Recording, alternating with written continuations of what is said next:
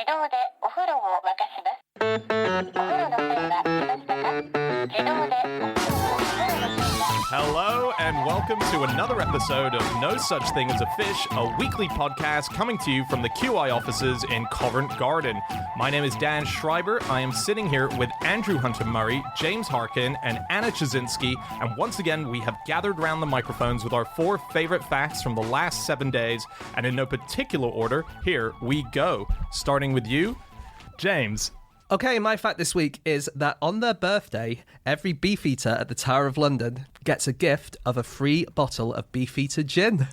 On their Nice. birthday, singular. That's So very do they nice. all? They only hire people born on the 20th of September. They're like racehorses. They all get their new age on the 1st of January. No, it's every Beefeater on that particular person's birthday. They get one bottle of gin. And the Beefeater gin brand is nothing to do with the Beefeaters. But I went to the Tower of London this week and I spoke to my friend Andy the Beefeater. And he said that basically the Beefeater gin brand have got so much out of the Beefeaters over the years that it's the least they can do to give them a bottle of gin every year. It's very sweet. So did you go to the Beefeater pub? I went to it's called the Keys, and it's the pub inside the Tower of London. Yes, I did go there. That's very cool. That's cool. Yeah, I was reading about it. So there used to be a lot of pubs in the Tower of London. Yep. This is the last remaining There's one? just one left, which means if you fall out with any other Beefeaters, if you have beef with them, you have to go to the same pub all the time. That's terrible. There's a sitcom. Sure, I would watch that. In fact, there's a soap opera set in the Tower of London pub. You're That would be right. really good. You're Yeah. right. Because they get up to quite bad behaviour sometimes, and they have done traditionally. So I always thought of Beefeaters as these sort of like eminent bastions of like British stateliness and other words like that. But actually, they were historically used to kind of be drunkards. I think in the 18th century, they were known for creating havoc and for illegally subletting their rooms out to other people. They would just randomly sell on the post of Beefeater to make a bit of extra cash whenever they wanted. They were known as scoundrels. You could only do that once. Like once you sold it, it belonged to the other person, and then they might sell it on afterwards. Yeah, unless you stole it back from them in the night. Yeah, I'm not sure exactly how it worked. I think you basically got money off them and then they had the ceremony. And the ceremony to become a Beefeater, you get a little kind of cup, a little pewter cup, and you drink some port and you do a toast, and then you're a Beefeater, basically. Yeah. Imagine if we could just sell our jobs to other people. You can if you want. I mean, well, I'm in talks with a few guys at the moment. Alex Bell is pretty interested. In the toast, it's a reference to that, isn't it? Because they do the toast with a port, and then I think the thing they say when they're toasting a new Beefeater is it may you never die a yeoman warder? So they're right. officially called yeoman warders, and that's because the idea was if you made the mistake of dying in an office, then you've been an idiot because you hadn't sold it on in time and made that extra cash. Yes, exactly. It's like dying after, or not selling a house in the years before you die, and to go Yes. just on a rampage with the money. Is that what you're going to do, considering you do have a son? Yeah, good point. And they were really unpopular in loads of ways. So as well as selling their jobs, a writer historically said they have gradually assumed to themselves the more lucrative occupation of stopping everybody who wishes to visit these objects of our national pride and glory and forcing themselves upon them as their guides. So the guards would just say, hey, do you want a guided tour, and pester you until you gave in and gave them Is some that money. right? Yeah. So Andy the Beefeater gave us a guided tour this week, and I got to say, if you do go to the Tower of London, do get a tour from the Beefeaters because they are amazing and they know all sorts of stuff. But you were duped into paying for a tour when you should have got it for free. He's robbed you. I read this thing about the Beefeaters so I think London, anyone coming here, there's a famous fact about the cabbies, the black cab drivers having the knowledge. It's one of those things. They have to memorize every single road in London, and that's a test they take. There's a similar thing that happens with the Beefeaters. They have to memorize what's known as the story.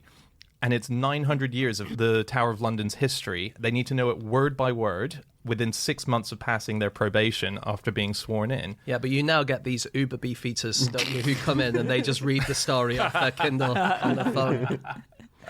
I don't think we know why they're called Beefeaters, do we? There are think- lots of theories. Yeah. The story we were told on the tour was that it was because they were paid in beef, which they know definitely is true, or paid in meat, which they know definitely was true, and that the people outside kind of thought, oh, look at these guys eating all that meat.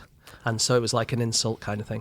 It makes sense. I mean, and they're part of the royal household. They eat lots of meat. They eat lots of beef. I've seen other people poo-pooing like crazy that story. Oh, right. Sorry. But it just makes so much sense. It seems to me like one of those things that you can't really poo-poo. It's like, yeah, they ate loads of beef, and they're called Beefeaters. Do you have a better theory you've read? I've read 2 or 3. There's one which is sort of, it's from the French buffeter, which is a different word meaning something else. Yeah, that's clearly nonsense, isn't it? What? Why? Because that is such a convoluted way to get to the word beefeater rather than just they ate loads of beef I think eating beef and were paid in there's it. probably something.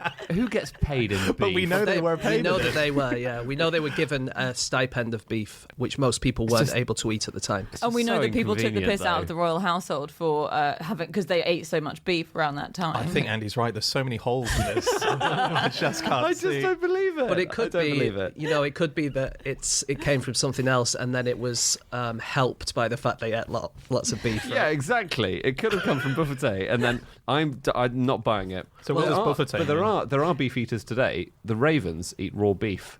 They Do get they? fed raw Well, beef the- from The Smithfield Beefeaters Market. probably eat beef still. Wait, are you going to explain your definitely more plausible, weird French origin, convoluted one? I did read this and I thought, Yeah. well, that's clearly bollocks. But go on. So the thing is, the Beefeaters began. They're called the Yeoman Guard of the King or Queen, right? Well, they're called the Yeoman Warders, which is part of a larger group called the Yeoman Guard, and they're kind of the bodyguard of the King or Queen. But it started at the Battle of Bosworth in 1485, when Henry VII won the crown, and all these guys who'd helped him, who were from this northern regiment, he brought them in and they became his bodyguard. But Henry VII will have been an English-speaking king, so if it was further back in Norman times, you can kind of see where the French thing might have come from. Yeah. Good point. Whereas Henry VII actually hailed from Wales. Did he? Yeah, the Tudors were all a Welsh family. Is there any Welsh word that sounds a bit like Beefeater? Taffeta? It could have come from beefeaters. Like, Bee.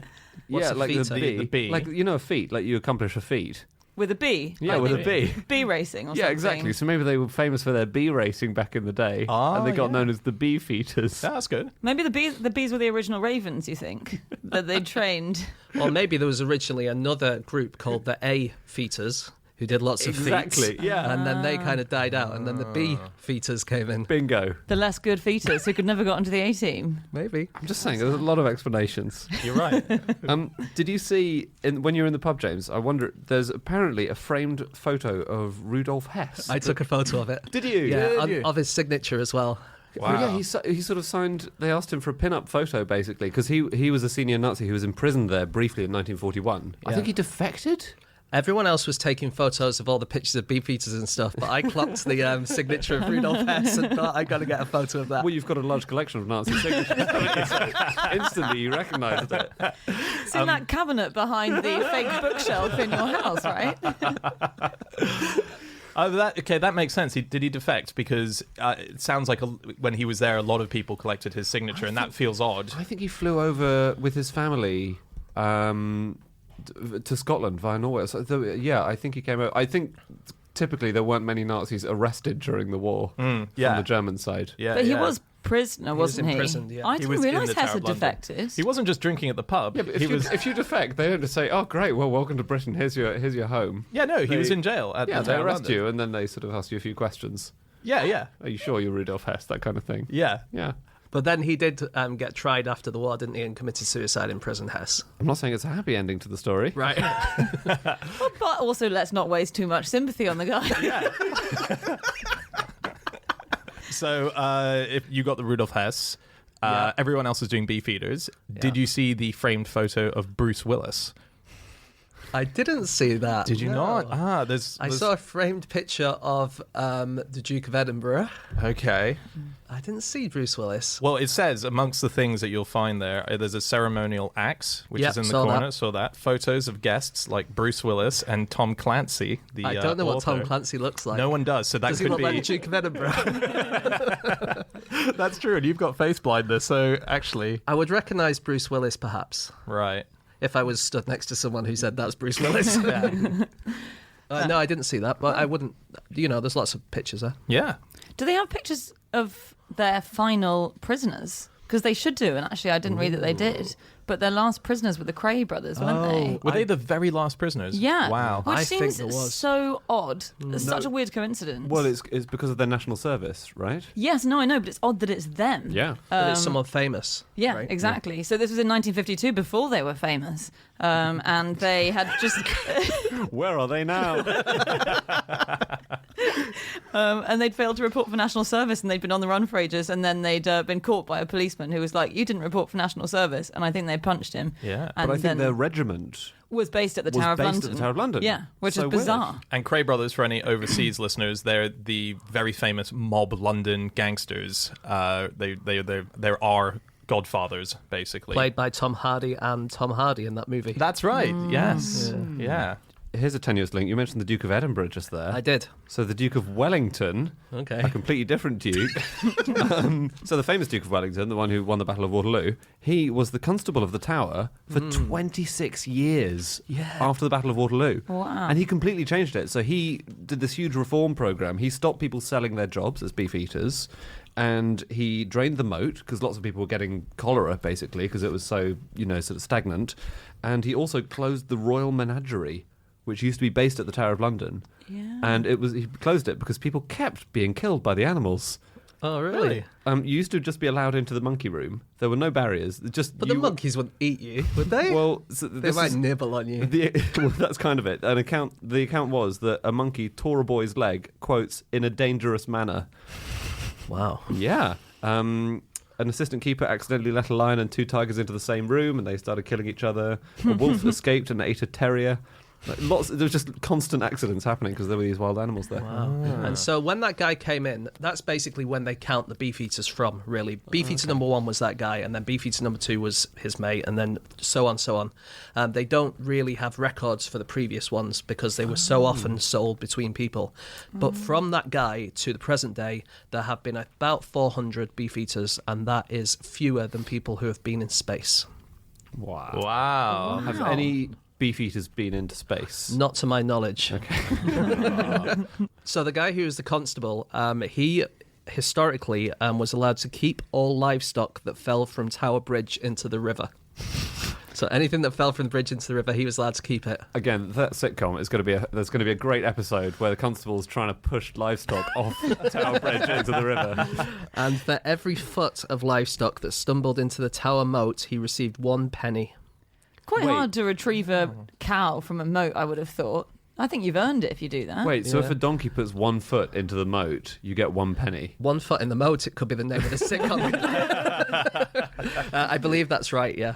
You mentioned ravens before. Yeah. The idea that they would be fed beef from, where was it? An East London? Smithfield Market. Smithfield Market. So the Tower of London, one of the employees there, and I'm not sure if he counts technically as a yeoman warder, but he's the Raven Master. Yes, he is. He is. So a he is a He's one of them, beefeater. yeah. So yeah, so they hired this guy who his whole family lives there. They have a house, and he just has to look after these ravens because of an enduring myth that if the ravens left the Tower of London, England would fall. That's basically a ceremonial role just to fulfill this little Yeah. myth. And I've met him. He's a really cool guy. I've done a stand-up with him. We did a stand-up gig Really? together. Yeah, Chris. He was really He cool. must have a lot of very relatable stories. But Did yeah. he bring his ravens? Because He didn't ravens bring- are very good at talking. Are they? Yeah, corvids are famously the best birds at kind of being able to form almost human-sounding like words, and they're extremely clever. And so he's trained them up to do some quite cool stuff. I thought he was getting bigger laughs than I Just from table 4. Bring us more beef. That was a genuine problem, wasn't it? When there was the Royal Astronomer was stationed at the Tower of London while they were waiting for the Greenwich Observatory to be built, and this was John Flamsteed, the first Royal Astronomer. And while the observatory was being built, he was trying to do his astronomy at the Tower of London, and the ravens kept pooing on the telescope. And so he said, "Can you please remove all the ravens?" And King Charles was going to. I think it was Charles II was going to, and then said, "Oh no, I've heard that the crown will fall." But for him, it will have been quite close to the last time the crown fell, right? Charles II. Yeah, I suppose it was. So he's just come back. He's Yeah. just restored the crown. I can understand why he's worried. He's That's what I'm saying. paranoid. You're right. It's totally understandable. Like these days, I think no one seriously expects that if the Ravens go, then no, Andy's looking at me like he does. Well, this guy would be out of a house and a job, Chris, if they go. Well, they do disappear all the time. He's got his stand-up career to fall back on. I should add, it was a night of historical talks. He happened to be very funny, and it was mainly stand-ups doing it. His talk was on Jack the Ripper, so it was a bit dark, actually. Jack now that I Dore the remember Ripper, it. more like. Hey-oh. He's an expert in crows.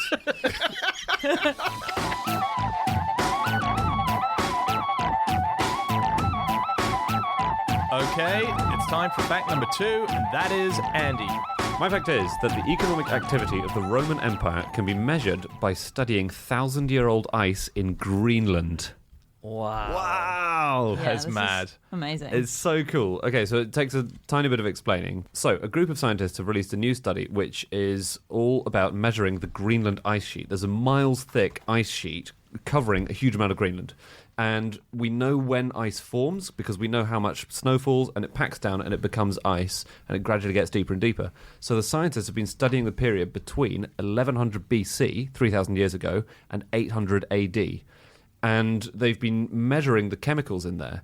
And one thing we know from that time in history is that Rome was making lots of coins, and the production of the coins were silver, but they produced a lot of lead pollution because they were using ore which contained lead. That lead wafted all the way across the world. It ended up in Greenland. It gets rained down, packed into the ice. And since 1999, scientists have been measuring the lead levels corresponding with exact years in history. And they can produce documents now showing that, for example, when Rome devalued its currency in 64 AD, there was less silver in each coin, so there would have been less lead produced, so there's less lead in the ice. Yeah. It's so extraordinary. It's nuts. It's It is really good. amazing. It doesn't help people in ancient Rome who want to know whether to invest in things. No, it doesn't, sadly. It's a bit late. But yeah, they follow. I think they've debunked a thought that when the Roman Republic fell, the economy was booming, and they've actually worked out that when it came to the fall of the Republic, the lead amounts in the ice actually show that it was undergoing a bit of a recession. And stuff like when Rome took Carthage, they got all the Carthaginian mines, so suddenly they were mining a hell of a lot more silver, and you can see that exact year of the Carthaginian invasion from looking at the ice. How far away is the distance that we're talking here from the mines to the ice? It's thousands of miles. Thousands of miles. It just shows you how strong wind is, doesn't it? That's my main takeaway. Well, if you think about I'll tell you what's weird. The prevailing wind in the world goes from Greenland to the east because of the jet stream. So how is it going? It must be going all the way around the all world. the way around the world. I don't know about that, by the way. Wow. But it does. It makes sense, right? But it's like, you know how there were sheep in Wales that have been affected by the Chernobyl radiation. Oh, yeah. Like that's carried through the wind. And in the Lake District. And in the Yeah. Lake Yeah. District, it's just wind is, it's a powerful And thing. that got there even faster than this 2,000 years. Wait a minute, though. Chernobyl also to the east of the Lake Districts in Wales. But that didn't go all the way around the world. So maybe my jet stream theory. It feels like wind might be more complicated than just the one big gust going around the world. Is that not it? There might be a couple of different directions. I think this is very powerful flat Earth evidence. Yes. Yeah. Yeah. I I'll think probably be definitely shouted true. down in the comments about this. Yeah. One explanation for it going the wrong way is, as one person pointed out, this is the hypothesis at the moment, but for instance, it ignores the fact that China existed and was doing quite well around that time, as I think like Western scientists and historians always have a tendency to do. And it could well be that China was just producing massive amounts of silver or lead or whatever that was influencing it. But we don't know, but it could be that something was coming from the east to affect it. But it does seem to fit in with these things in Rome, doesn't Yeah. it? So, for instance, there was a plague, the Antonine Plague, which they're not sure what caused it, but lots of people died. It might have been smallpox. It might even have been Ebola. This was in between 250 and 262, when 5,000 people a day were said to be dying. And the amount of lead being produced then obviously went down because people had more pressing things on their minds. But they assumed 250 AD, who was it? Christians. They assumed it was to do with the Christians, and so they basically sought out as many scapegoats as they could, and they kind of executed a load of clergy and stuff like that. Wow. Did it Wow. Did it work? Did it work? Well, we no longer Have Christianity. on that. A lot of people think because it was so persecuted during this plague, that kind of made Christianity a lot more solid. as a religion, and that's kind of one of the main things that made it such a worldwide religion in the end. Wow. There you go. Bully someone and make them stronger. Yes. No. Don't bully someone. No, don't bully someone. But if you are being bullied, you'll come out of it stronger. Okay. Is that right? That's the healthier message, yeah. So just quickly on this whole Greenland ice lead thing, have you guys heard of Claire Patterson? Is she the Venn diagram middle of all those words? She's a he, actually. He was a scientist. Ah. He was an amazing guy. I wish we could do a whole podcast on him. He was trying to find out how old the universe was in the 1950s. Okay, so that involves calculating how fast uranium decays. But he found massive lead contamination everywhere he went, and it drove him mad. There was all this lead showing up that shouldn't have been there. He tried to build this incredibly lead-free lab, basically. He scrubbed everything, he cleaned everything for years. He founded, basically, the first ever clean laboratory, and he proved that lead in petrol was bad, and that was was that him? Yeah, he was the guy who demonstrated later in his career that modern Americans had 600 times as much lead in their bodies as ancient Egyptians. It's all thanks to leaded petrol. Wow. Yeah, and so as part of this research, he went to remote spots in Greenland and Antarctica and measured the lead much further down. So this is one of the stories of the last 2 millennia, is massively increasing amounts of lead. Oh my And that led God. to all these efforts. It led to all the efforts to cut lead out of petrol, for example. Really? Yeah. Wow. Because the person who invented putting lead in petrol was Thomas Midgley, and that was a really good invention because it stopped knocking in engines. Right. So when it first happened, everyone thought, this is an amazing... just putting lead in there, that solves this massive problem. Yeah. But there used to be all these little explosions in a Yeah. car engine, basically, is when you put kerosene in. Okay, and that's they knocking. It's called knocking, and they tried hundreds of different experiments and chemicals to try and get rid of the knock. And once it did, that was huge. It made cars a real thing. Wow. Yeah, This guy sounds awesome. Yeah, he does. but it's very bad for you. We should say lead is bad. Lead is Don't bad. eat lead. Well, isn't it true that a lot of people put the fall of the Roman Empire down to lead in their pipes? Oh, I poison. heard it. Their plumbing was that. Yeah, their plumbing was made of lead, and so they were lead poisoned, and that supposedly killed off a lot of the rich people. But don't know if that's true. Well, I've heard, so Roman miners, they knew that lead was bad because they shielded themselves by covering their mouths with animal bladders, incidentally. So a lot of people knew that lead was bad for you, but they still kept the pipes being out of lead. I think some people said, even at the time, are we sure about this lead stuff? Yeah, right. And everyone said, no, it's fine. Would people at the time have died a sort of, they would have just slowly got ill and it would have looked like, oh, you've got a flu, and then or would it be I'm instant not sure with what the lead? symptoms of lead poisoning Oh, are. yeah. I think you go a bit mad, don't you? I just do. wonder how long it would take if someone sinister had replumbed Rudolf Hess, for instance. Rudolf Hess replumbed the city of London with lead piping. Super villain's plan to subtly change every pipe. single one. How There long? must be better ways. But of how doing long it. before I mean, we would just the notice? fatbergs alone. In Yeah. their It lives. could be done. A supervillain rises to prominence in Thames water, right? Yes. And slowly starts saying all the replacement pipes have lead in them. And then 40 years later... No, it's really weird. Your body thinks that lead is calcium. It mistakes the two chemically. And it absolutely shreds you on the inside. It gets in the way of all your neurotransmitters and sends them crazy. It weakens the blood-brain barrier, so you're more vulnerable to... It has about 30 different horrible effects on your body. What, so your body tries to do the same stuff with it as it does with calcium, like build your nails and things like that? And teeth, Yeah, do you have and bones actually- made of lead? We start drawing with our fingers. There's no lead in pencils, Dan. Okay. I'm not sure. I don't know. I don't know the full details. Yeah. Wow. Anyway, It wouldn't be super efficient, though. You couldn't guarantee What to a- wipe everyone out. what an infrastructure-based Bond movie that would be over a period of several decades. I just wonder at what point would someone know, like, hang on, I think what London is suffering from is everyone's being poisoned by lead. I'm looking forward to this movie called Leadfinger, where he does all this in London, but also can write things with his finger. I have a few things about great things found in ice. So in southern Yukon, they have had ice melting recently, and there's a big patch that's melted, and underneath it they found all this caribou dung that's been sitting there held in the ice. Now, what's interesting is there is no caribou that exist in southern Yukon. But what it's done is it's confirmed one of the oldest oral history stories that have passed down from the First Nations people, as it says in the article, the First Nations people of the area who claimed that the land used to be roamed by caribou. So they did these tests on it, and they've discovered that some of them are hundreds of years old, the dung, some are thousands of years old. So an oral history that's made it all the way through that was thought to be wrong has been confirmed. Yeah. Cool. Frozen deer in ice are actually a bit of a problem now, though, aren't they? So there was that thing last year, I think, which was about the permafrost melting in Siberia. And when the permafrost melts, then it starts and this is because of global warming, it exposes the dead bodies of things that have died of bad diseases.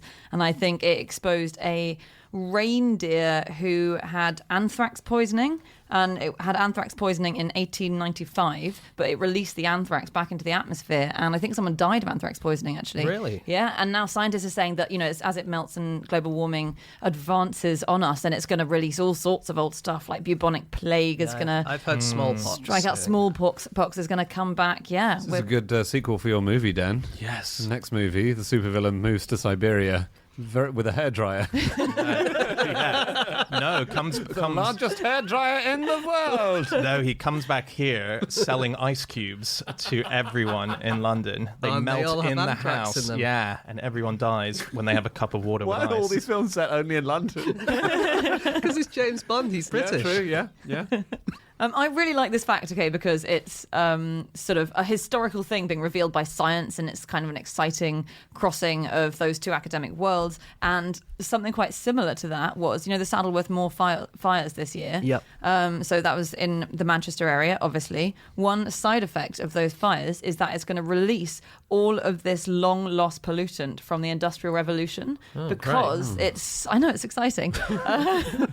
We're all going to die in some way. Well, just the people in North Manchester. Yeah. Just my family, really. Yeah, really sorry about that. You should give them a call. But the reason for this is that the peat is an unbelievably good store. So, people talk about peat being a really good carbon store, so it holds it for hundreds of years. It's also a good store of other substances and pollutants. And then the fires just set fire to it all and release them all into the air. So we're getting to now inhale that deliciously smoggy stuff that the Victorians And will inhaled. it kind of rain down, I guess, right?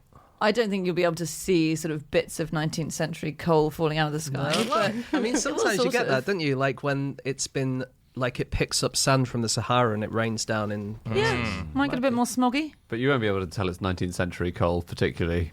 There won't be a top hat raining down with it, or a pipe. Hey, that could be the third film in your trilogy, Dan. Yes. Pete Finger. Pete Finger, yeah. No, he's a sex offender from Rochdale, I think. Yeah.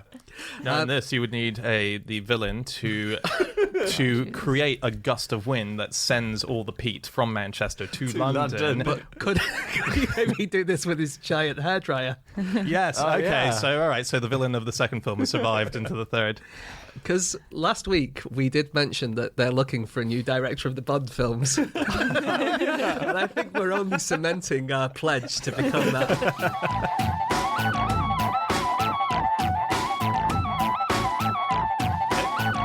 Time for fact number 3, and that is my fact. My fact this week is that the umlauts that are used for the band Motley Crue are purely decorative. They're not intended to have pronunciation. However, when Motley Crue first performed in Germany, the crowd didn't know that and chanted, Motley Crue! Motley Crue! This is fantastic. Now, this was tweeted by Wikipedia a couple of days ago, since we recorded, and we needed proper verification on it, and we got it from Tommy Lee, the drummer of Motley Crue, or Motley Crue, who said, haha, truh, Nick, to someone who asked him on behalf of us. So yeah, we've got confirmation, that they were Motley Crue. It's very exciting, because the metal umlaut is purely decorative. Motorhead had it as well. Maximo Park. And so that's very, very exciting. It's a proper verification from a real source, which is also awesome. I was looking into Tommy Lee, if you don't know who he is. So he is the drummer of Motley Crue. He's married to Pamela Anderson. Married to Pamela Anderson, responsible for the leaked porn video as well. I don't know if he leaked it, but famously, her porn video, there are 2, he is 1. God, this is a real trip down memory lane. Yeah. Jesus. It's like one of the first celebrity stories I was aware of. You were the boom operator for that film, weren't you? Yeah. I thought for about 15 years that Tommy Lee was the same person as Tommy Lee Jones. Yes. And I used to watch Men in Black and be like, I can't believe this guy. With Pamela. Yeah. Yeah. He does have a surname, Tommy Lee, but he doesn't use it. And I only just learnt it before we started recording. What is it? It's bass. And I reckon he doesn't use it because he's the drummer. So Yeah. that would have just been confusing. Very, yeah. Whereas just shoving umlauts left, right, and centre that aren't supposed to be pronounced is absolutely fine. So it's just a convention in metal bands, right? Well, I guess not just metal bands, because I just learned as well that Jay-Z used to have an umlaut in his name. Wow. Yeah, he well, he doesn't specify. He just said I used to have an umlaut, and he uses punctuation quite oddly. He had a hyphen to begin with. He got rid of the hyphen. His latest album came back. He not only came back with a hyphen, but in all caps as well. So Jay-Z is now shouting at you. Yeah. And he admitted that he used to have an umlaut. Do you not think we should have an umlaut in our name, or maybe some kind of I punctuation? think so, definitely. It seems like a No. surefire way to make yourself sound hard, basically. No such thing as a fish. No, because then we sound like we're from Yorkshire. No such There's thing. no such thing as a fish. Fine line between heavy metal and Yorkshire. Has Jay-Z ever done an autobiography? He has, yeah. Is it called J to Z? It's not, and it should be. Why is it not? And I'm pretty sure it is an A to Z as well. You're kidding. Yeah, No. No. I'm pretty An sure. A to- who does an A to Z of their autobiography? That's quite a fun idea. Matt Lucas did it. We should write an A to Z book. Yeah, but you do.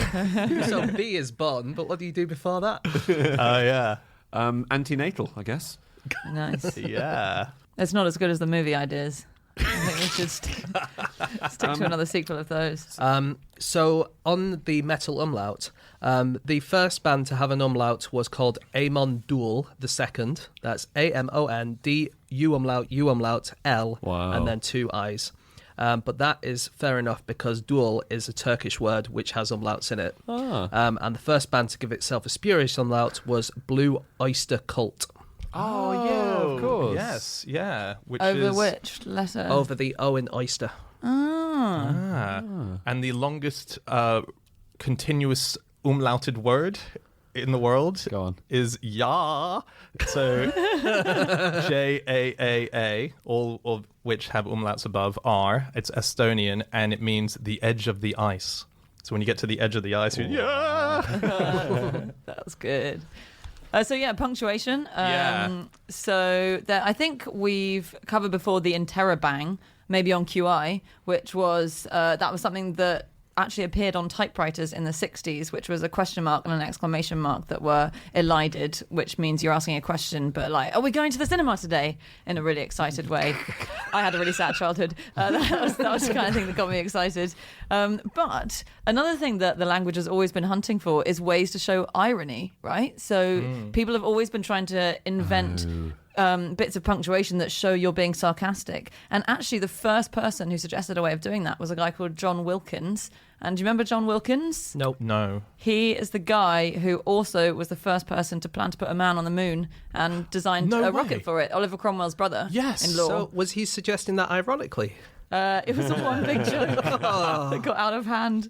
Yeah, he also wrote, his main thing was he wrote this huge book on how to change the language, and he said you should have an upside down exclamation mark to show irony. Wow. They call that the sarc mark, don't they? Yeah, they do, yes. For sarcasm. Yes. Just on another symbol that didn't kick off, I read this fact, and it's hard actually to verify it. So I'd be interested to know if anyone can get to the bottom of this. But Haggard Hawks, who's a fantastic Twitter account and has a few books, put this up saying that in 1580, English printer Henry Denham proposed using a reverse question mark, so a sort of mirror-imaged question mark, to indicate when a question was rhetorical, which would be very useful if you were an author. Would it? Yeah, it would. No.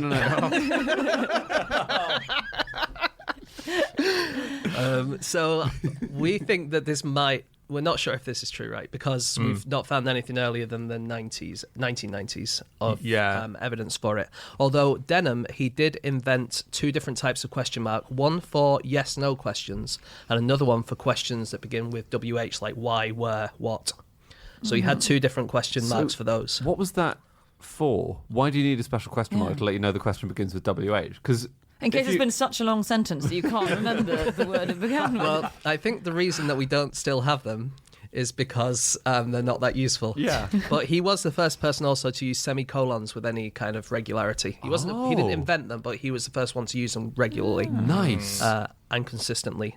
He also invented the word parenthesis for brackets, which later became parentheses. Oh, wow. Oh, he had a huge influence. Yeah, so he was a massive kind of punctuation dude. Yeah. But Huge in that world amongst all the greats. Well, semicolons, I didn't realise that some people really hate semicolons, basically. So George Orwell, he hated them so much, then he wrote a novel called Coming Up for Air. It was one of his early ones, I think, and he put no semicolons in. But then he was a bit worried that no one would notice that he hadn't put any in, so he wrote to his publisher saying, I haven't put any semicolons in. Oh, man. That's so childish. I know, one of the great writers. Yeah. Yeah. Hemingway as well, very much so played with the rules of punctuation, but he only did so with the claim that he knew it so well that he was able to go beyond the acceptable. I think that's quite normal. Yeah. As in, that's quite standard. I would say people like Hilary Mantel and Rachel Cusk do that, but it's because you can feel they've got such a good grasp of it that they're mastering it rather than just spewing nonsense onto a page and then going, oh yeah, it's just because I'm so familiar with the art. Yeah, yeah. So William Blake would sometimes put a full stop in the middle of a word. What a maverick. Is that because it was to be read and he wanted the punctuation of a word to be broken up? I don't know. I mean, he also saw a lot of angels, so That's true. he might have been taking dictation from them. Guys, the punctuation point I need all the time is a question mark colon. And I can't believe this isn't a thing. When you're writing an email and you're like, what about these points? And then you give a list, and I always put a question mark followed by a colon, and it looks stupid.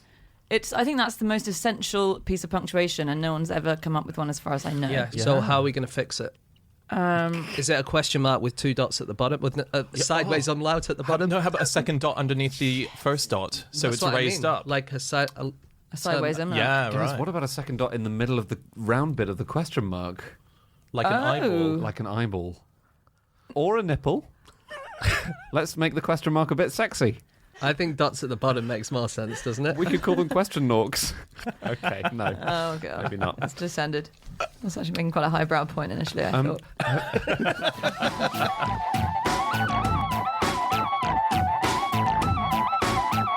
Okay, it's time for our final fact of the show, and that is Jasinski. My fact this week is that traditionally indigenous Hawaiians had personalised chants for their genitals. And that's unusual to the Hawaiians, is it? This is so amazing. All of this stuff about indigenous Hawaiians and what they associated with their genitals, which I spent a lot of time reading about this week. But I should say, I read it initially on the BBC. It was such a cheat. It was a series of amazing sex facts from around the world, and I saw that and I couldn't believe I hadn't heard it. That's not a cheat. Is that not a cheat? No. Felt like a cheat.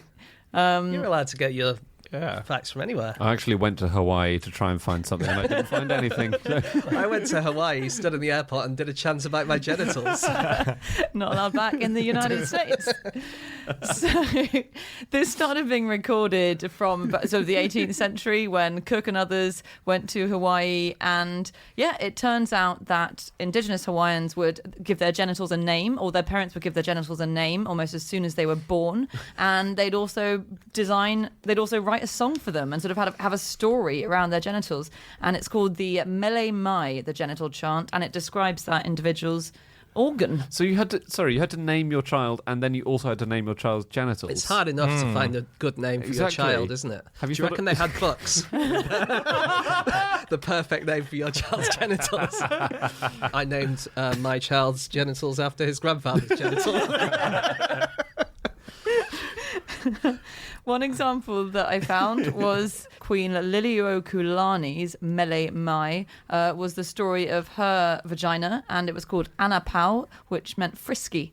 And it was about her frolicking genitals that went up and down, apparently. They used to frolic. I think the source for the Beeb article was this paper by a guy called Milton Diamond, who studied a lot of Hawaiian sexual traditions and culture, and things about nudity as well. So this is really weird. Nudity was not sexual. No. It was in almost all contexts. You only started wearing your clothes over your genitals when you hit puberty, and that was out of respect for your genitals. It's amazing.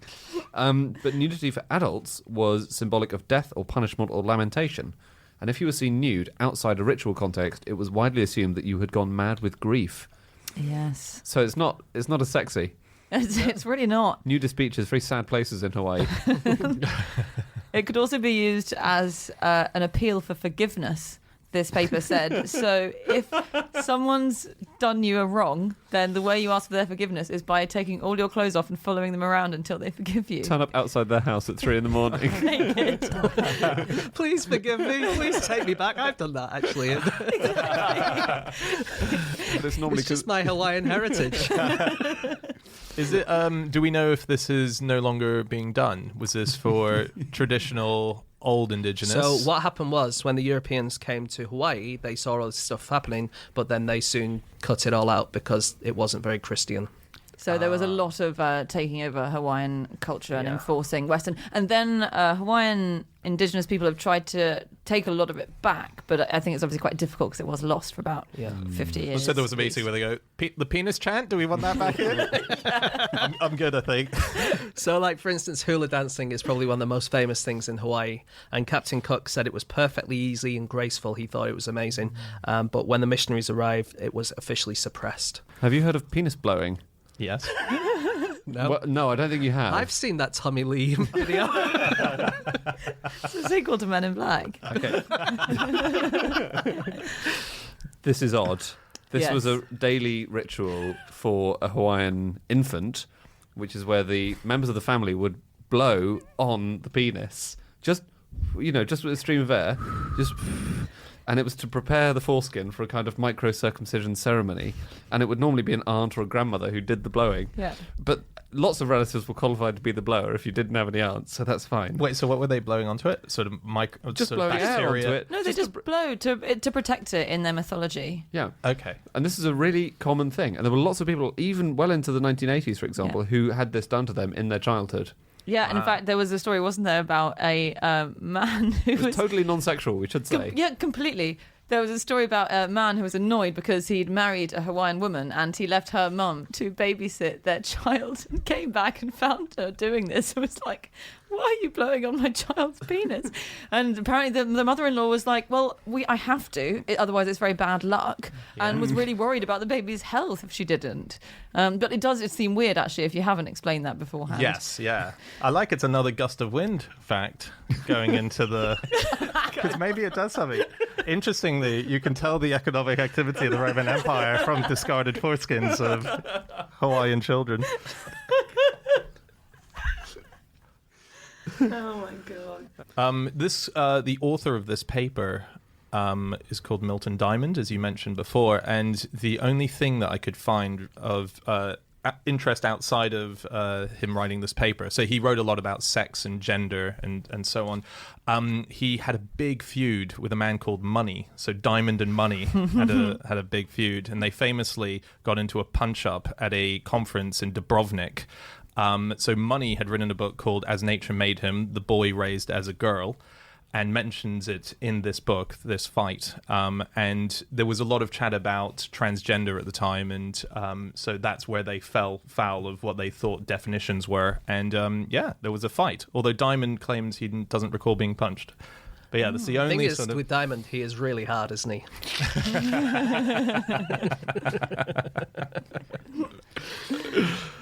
I have some stuff on chants. Great. So this, I just thought this was really interesting. I'd never heard of it before, but have you guys heard throat singing? Oh, like Mongolian stuff. Yeah. Yeah. So I didn't know that. Actually, it doesn't sound like that, though, when I've heard it. It actually does sound a bit like that. But I didn't realise that they're creating multiple notes. Yeah, they at do once. harmonies, don't they? Yeah, with one throat. This is like Mongolians and some Inuits, and it's called a Tuvan overtone technique when it's done in Mongolia, and they can get up to 6 simultaneous notes to come out of their mouth by doing this special throat singing technique, which I did not have time to look properly into how exactly it works. So all I can tell you is it involves opening and closing the vocal cords until harmonic resonances appear, And I think if you go faster and faster, different resonances come. Wow. And you make different noises. But it's Wow. really cool. And then there's this one other really cool way of throat singing, which is, this is an Inuit culture. It's called the katajak. And two women stand face to face, but super close, so the lips are almost touching each other. And it's like a duel, a singing duel. And so it goes really, really fast. One woman says one note or throat noise, and then the other one has to respond to it. And it goes faster and faster. And they use each other's mouths as kind of resonators, basically. And it only ends when one of them like collapses laughing or runs out of breath. And they can go on for hours. And it looks so cool. That does sound It's awesome. like dueling banjos. Yeah. Ba-da-ding, ding, ding, ding, ding, ding, But ding. so what you were saying is, so you got two people with their mouths open, Yeah. and I'm making a noise into the other person's mouth, and because they've got a mouth there, it's resonating the. Exactly. And it makes the But sound they're sound resonating in your mouth at the same time. cool. Well, straight after you. Yeah, exactly. Straight Oh, after. okay. Right. So they're using your mouth as a musical instrument. That is so crazy. That's weird. I know, it's fun, isn't it?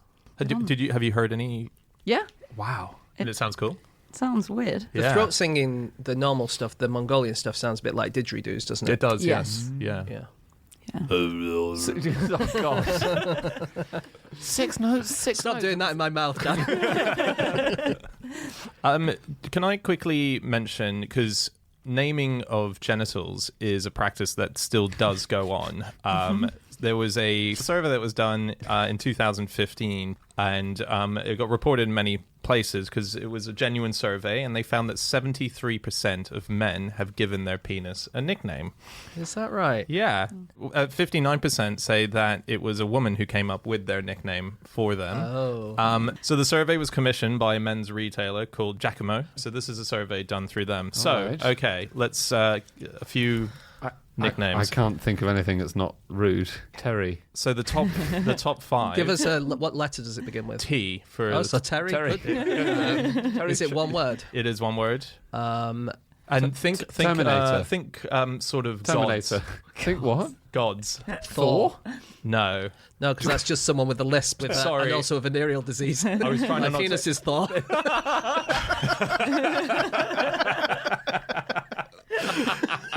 Sorry, this isn't a god. I was trying to put us in the ancient Greek style. Oh, right. So when you said it's a Oh, god. Theseus. No, Troy. So Troy? Yeah, weird. Dr. Doolittle. Is that one? No, it's not. That's a shame. Russell the Muscle is. Russell the Muscle. Yeah. It's not a muscle. It's an organ. Organs can have muscles in them. Your heart's an organ. It's loads of muscle. Good point. But the there penis- isn't a muscle in the penis. No. is there? Well, I've been working out. I've also been kicked out of the gym.